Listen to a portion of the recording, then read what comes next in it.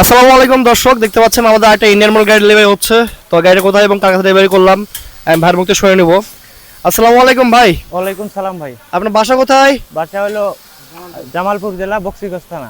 আচ্ছা, আপনি এই গাড়িটা কি মডেল নিলেন বলতে পারবেন? গাড়ি কি মডেল এটা? ইন্ডিয়ান মডেল 36 গোলাই 36 ইঞ্জিন। আচ্ছা, ইঞ্জিন 36 এবং গিয়ার ফাংশন হচ্ছে স্পেশাল বক্সের গিয়ার। হ্যাঁ, স্পেশাল বক্সের গিয়ার, খুবই হেভি গিয়ার এটা।